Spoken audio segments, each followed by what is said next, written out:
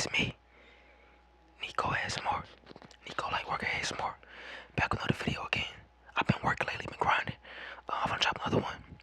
I'm gonna read the rest of this book, some more of this book, In the Arms of Elders, A Parable Wise Leadership and Community Building. William H. Thomas, MD. By William H. Thomas, MD. In the Arms of Elders, A Parable of Wise Leadership and Community Building. By William H. Thomas, MD. So let's go. Enjoy the video, like and subscribe, and make sure to relax. I share. Let's get it.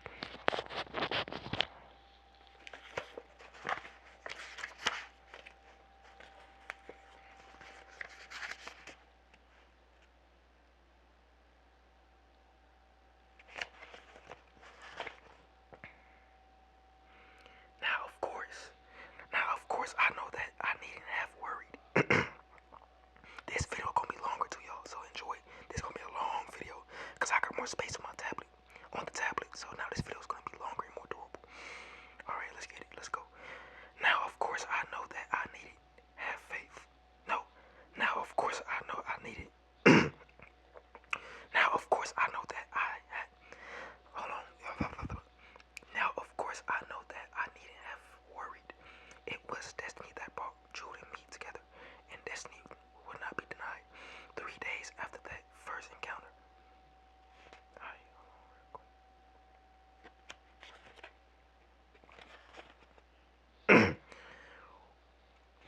Hold on, y'all. I gotta start from Rochester, New York. Rochester, New York, more than anything else. Page 7. That's why I left off at. Rochester, New York, more than anyone else.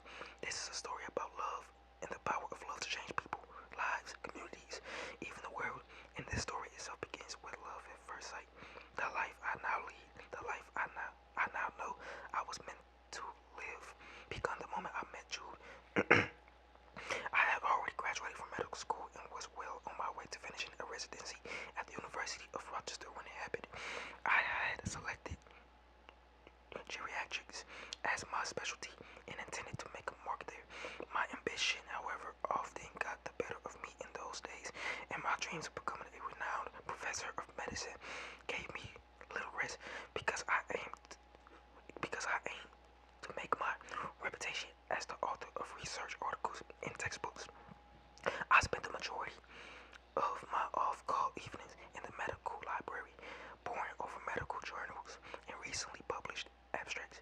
I was sitting at my usual study table on the 4th floor just across from the elevator. I was tired, the hour was late. I looked up and rubbed my eyes just as the elevator door slid open, and there she was. My first impression was of a striking combination of warmth, gentleness, and beauty. Long chestnut brown hair fell down in her shoulders. Long chestnut brown hair fell down around her shoulders, and a silver necklace glittered against her forest green cotton dress. Wow. Her skin was soft and I imagined as smooth as fine velvet to the judge. Her skin was soft and I imagined as smooth as fine velvet to the touch. Jude stepped out of the elevator and strolled purposefully toward the table where I was sitting. I drank her in with my eyes and then looked away too suddenly, like someone who knows he has been caught staring. As she approached, she swung her backpack off her shoulder and asked if I minded sharing the table. I was happy to say that it was no problem at all. We both turned to our work and in an hour goodbye, I felt stifled by the library's busy silence. Finally, she looked up from the book she was reading. That was when it happened. I remember even now just how I was sitting in exactly the way she looked. Her bright brown eyes met mine, and I knew. Her eyes sparkled. A physicist.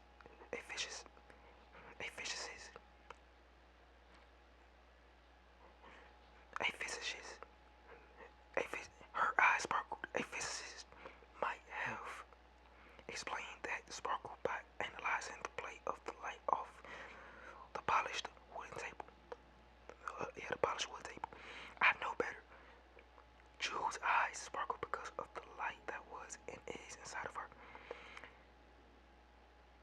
She smiled at me and I felt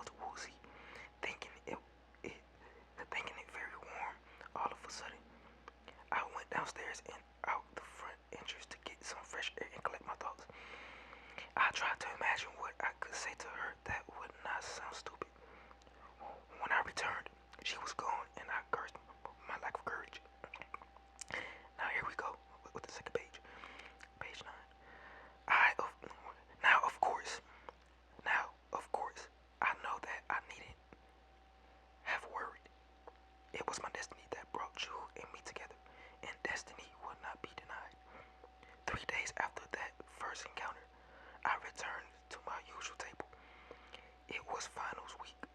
Anxious and overworked students bustled in and out, pressed into activity by a surge of nervous energy. In preparation, I selfishly scattered my belongings across the table so that no one else would be tempted to take her place. Her place. At first, my heart leaped every time the elevator doors rolled open, but for a long time she did not come. Despite all my anticipation, I missed her entrance. Suddenly, Jude was standing right in front of me, asking me if I would make room for her. Later that evening, we talked for the first time. I learned that she was a gerontologist, a social scientist who studies problems associated with aging, and that she was close to finishing her doctoral thesis. She was writing about the complex interactions that define the relationship between the elderly and the social institutions on which they depend. Some might think this is a bore, but I found the topic and the woman who was pursuing the topic to be fascinating. Soon we were working at the same table every night, always side by side, shoulder to shoulder. It didn't take us long to realize that our mutual interests encompassed more than the study of aging and the elderly, that we also shared a passion for selling. Before long, evenings in the library led to weekends on Lake Ontario. A faculty member who was going on sabbatical asked if we would both sit his 25 catch. If we both sit his 25-foot catch. He didn't have to ask twice. A faculty member who was going on sabbatical asked if we would both sit his 25-foot catch. He didn't have to ask twice. He sailed hard. He sailed hard and well. He sailed hard and well that year and won a basket full of trophies. I proposed under a glorious canopy of summer stars, and we were married in September 1986. Jewel defended her thesis the following spring, and my residency was finished in June, when I was born. That's my birth month. That's my born month. I'm a Gemini. Like I said, yo, I am. June 2003. I'll be 21 years here. 21 years old. We were surprised and honored when we received a letter from the Williams Gerontology Center that offered us each a research fellowship. The center must have had faith in us because the directors specifically asked if we would tackle the holy grail of our field by creating the comprehensive book that would successfully integrate medical and social research on aging. Nothing like it existed. Nothing like it existed at the same time. And even though it was going to involve a massive multi-year effort, we jumped at the chance to make our professional reputations. Certain that we were on the hard paved road that led directly to success. We packed our bags and moved to the Big Apple, New York City. Snow was falling softly on the street outside our apartment building the day we finished the book. 1.5 years of hard work had come to an end. It was a Monday morning after a sleepless Sunday night. We had worked around the clock in a frenzied final round of manuscript proofreading. We had worked around the clock in a frenzied final round of manuscript proofreading. Our publisher's deadline had very nearly pushed us past our breaking point. The clock read 6:29 a.m. when the book was complete. The clock read 6:29 a.m. when the book was complete. The clock read 6:29 a.m. when the book was complete. All the jots and titles were in their appointed places. All the jots and titles were in their appointed places. Officially, its title was Medical and Social Aspects of Aging, but we always just called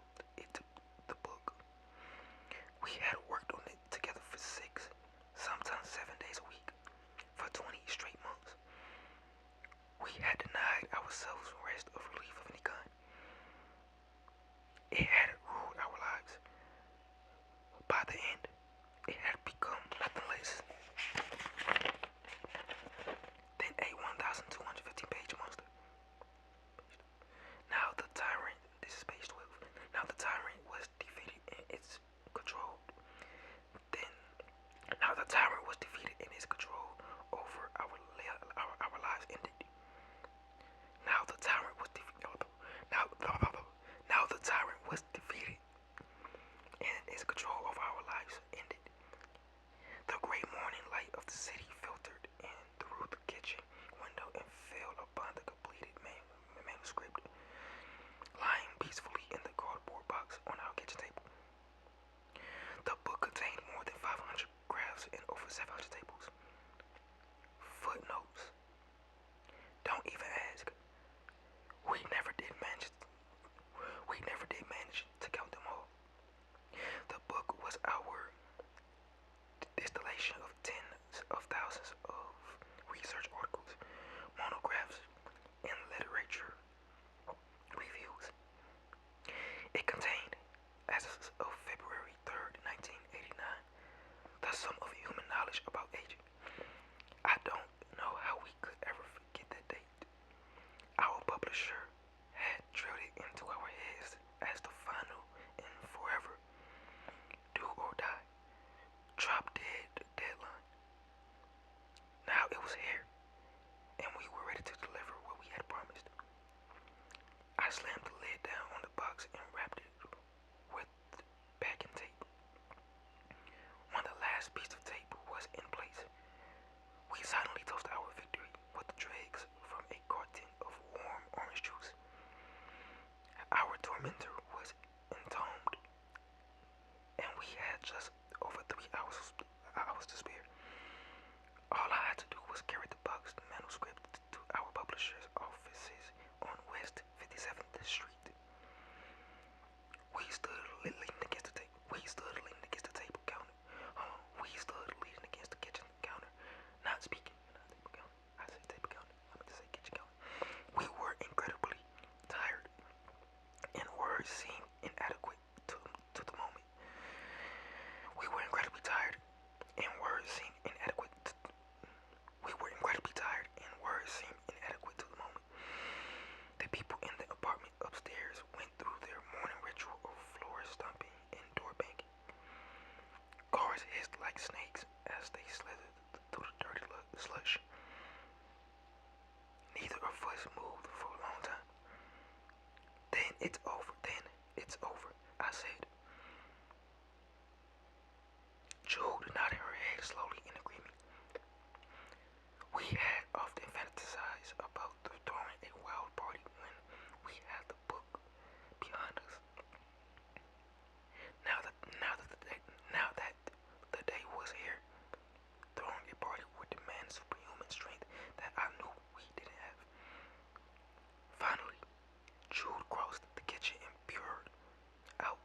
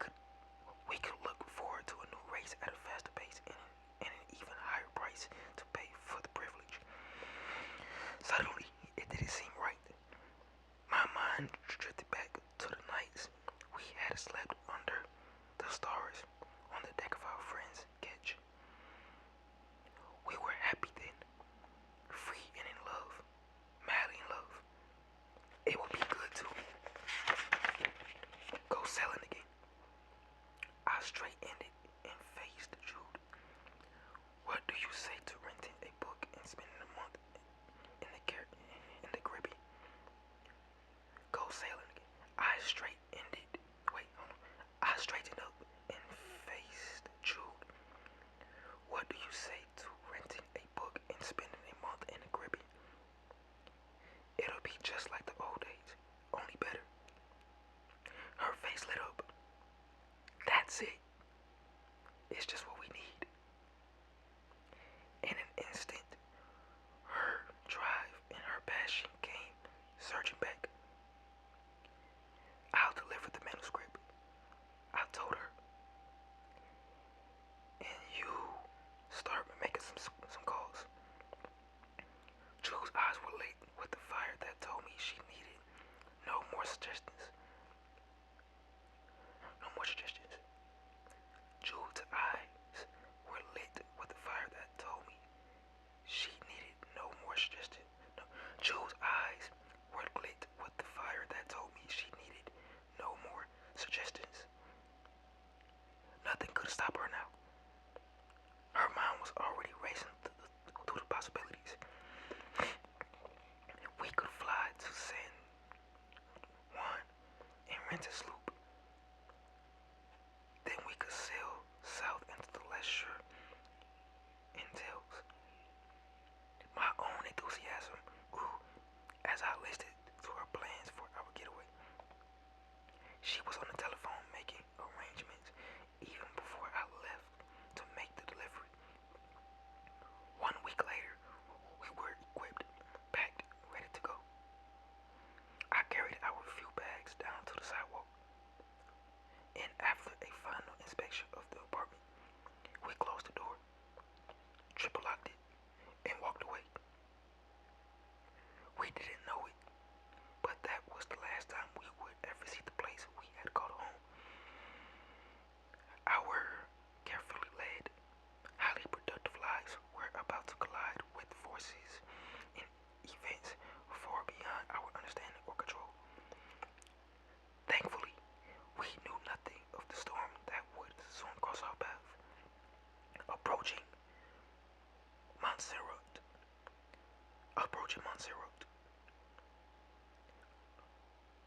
The weather was glorious when we left San Juan and headed toward Montserrat.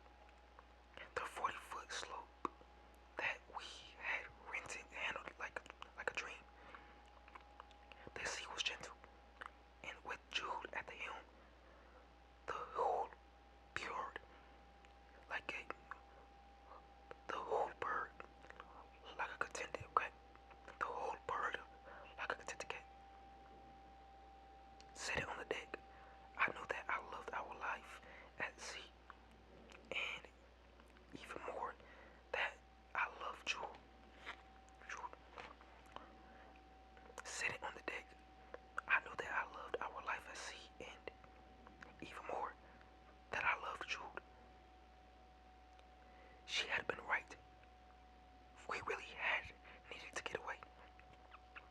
For months, our emotions had teetered between anger and exhaustion.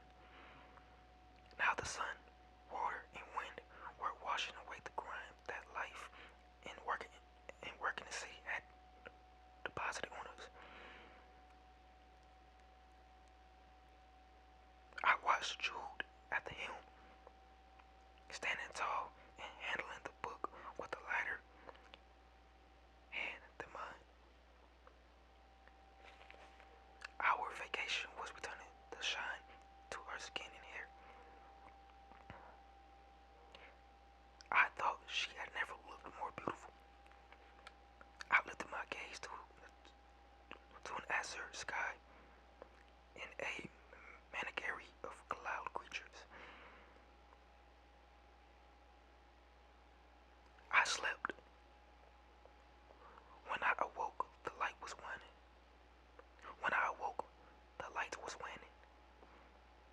Jude and I had spent every waking minute together for the last 2 years, but still had begun to drift apart. We had answered each other automatically with phrases like, "I love you too, honey," that we had uttered without even looking up from what we were reading. Even our embraces had become absent-minded. Sure, we had the blessing of working together every day on something that we both loved, but it had been as if we were crawling down a long, dark tunnel together. All we could see and all we could think about was a speck of light in the distance. We had always faced forward. Rarely had we faced each other. Month after month, we had been blind to the beauty of the world in each other. Our routine had been productive, but it had exacted a heavy price. For starters, I had let myself forget in that.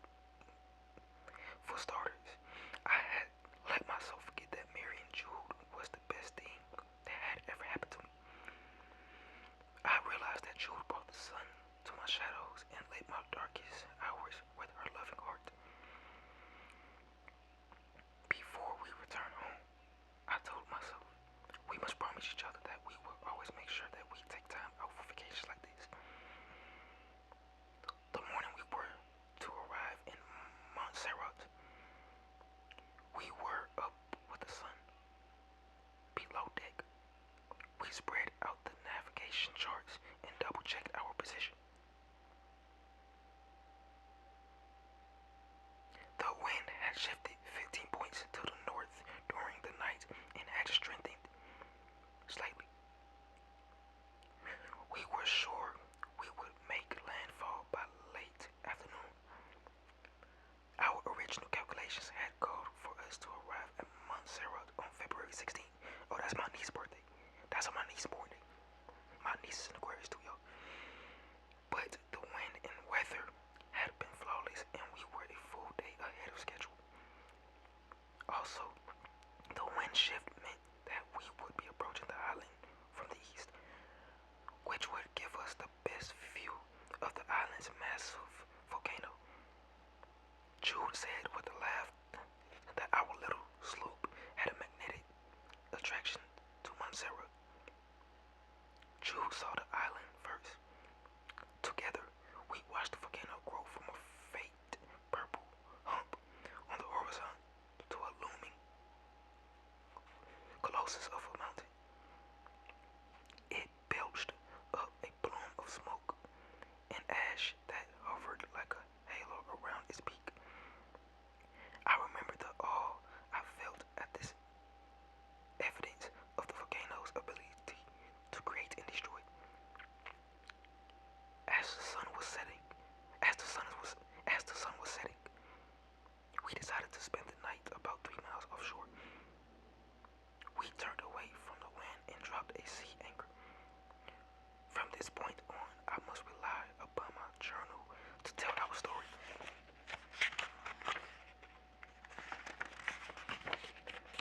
Disaster. February something, 1989. Fate has turned savagely against us. Fate has turned savagely against us. The betrayal stings doubly because we have lived so long with the illusion that we are immune to tragedy. Disaster, catastrophe, affliction. These things are visited upon other people. We only read about them in the morning paper. Jude and I both seethed with anger at this turn of fate.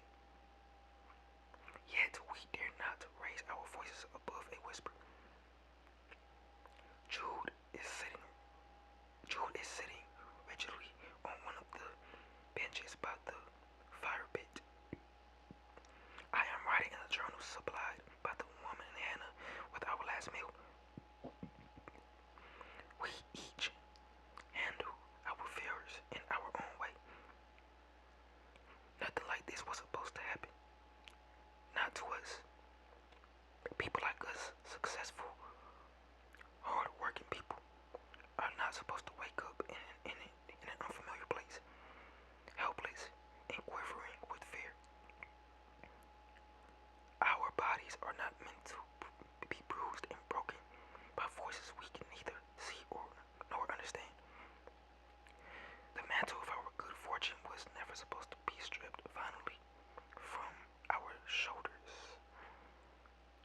ordeal began. Our, our ordeal begun as we settled our sloop for the night in the shadow of Montserrat's stone giant. Jude had gone below deck to prepare supper. I stayed topside to take care of a few chores. Just as I was finishing, Jude called to me, saying that the galley stove would not light. I went below to see if I could help. It's a good thing I did. We were together when the first rumble came. We didn't really hear it. The sound was too low for that. Instead, it rattled our bones. We stood stuck, still, the way an animal does when it catches the scent of danger. Neither of us spoke. We listened as hard as we could for several minutes, but heard only our own irregular breathing. At last we relaxed and turned toward each other. I reached for Jude's hand, and together we headed for the galley stairs. Before we could reach them, another shock wave hit us. This one seemed 100 times more powerful than the first. It threw us against the far wall of the galley. Jude slammed against the corner of a cabinet and cried out in pain. The slope began to list badly to port. Water appeared from nowhere and gushed through the galley. I waded to Jude's side and put her arm around my neck, just as the third and most powerful shock ripped our sturdy little boat in two. The hull shrieked as it exploded around us. A blast of water from what had been the ceiling wrenched Jude's arm from my grip. I choked on a salty foam and fought against the surge that rapidly filled the galley. The stove was hung at a crazy angle over my head. Its oven door slammed open and closed like a huge taunting mouth. I screamed for Jude, but raw seawater filled my mouth and no sound could escape my lips. Certain that this was how I would die, I struggled to capture one last gulp of air. I cannot fully explain what happened next. Jude and I should have lost our lives in that place at that time. But we didn't. But we did not. Something reached out and wrapped itself around us. Some power far greater than our own plucked us from the skeleton of that sinking ship. Separately, we were pulled down into the water. Separately, we were pulled down into water that was dark and very cold. The cold was numbing. The darkness terrifying. For a time, I struggled and wished I could break free of what held me. Soon, my mind started to wander between the present and the distant past. I remember a childhood bully who had delighted in holding my head underwater. I remember how I had struggled against it. Most of all, I remembered the fear. The building pressure on my eardrums told me I was far beneath the waves, and I was sure my next breath would fill my lungs with seawater. As I slid downward in the ice black water, I thought of Jude. She had hurt her ribs. Several may have been broken when she fell against the cabinet. She must be in pain. I should find her. I needed to help her. But I could do nothing. The water had me now, and there was nothing I could do for her. At the last possible instant,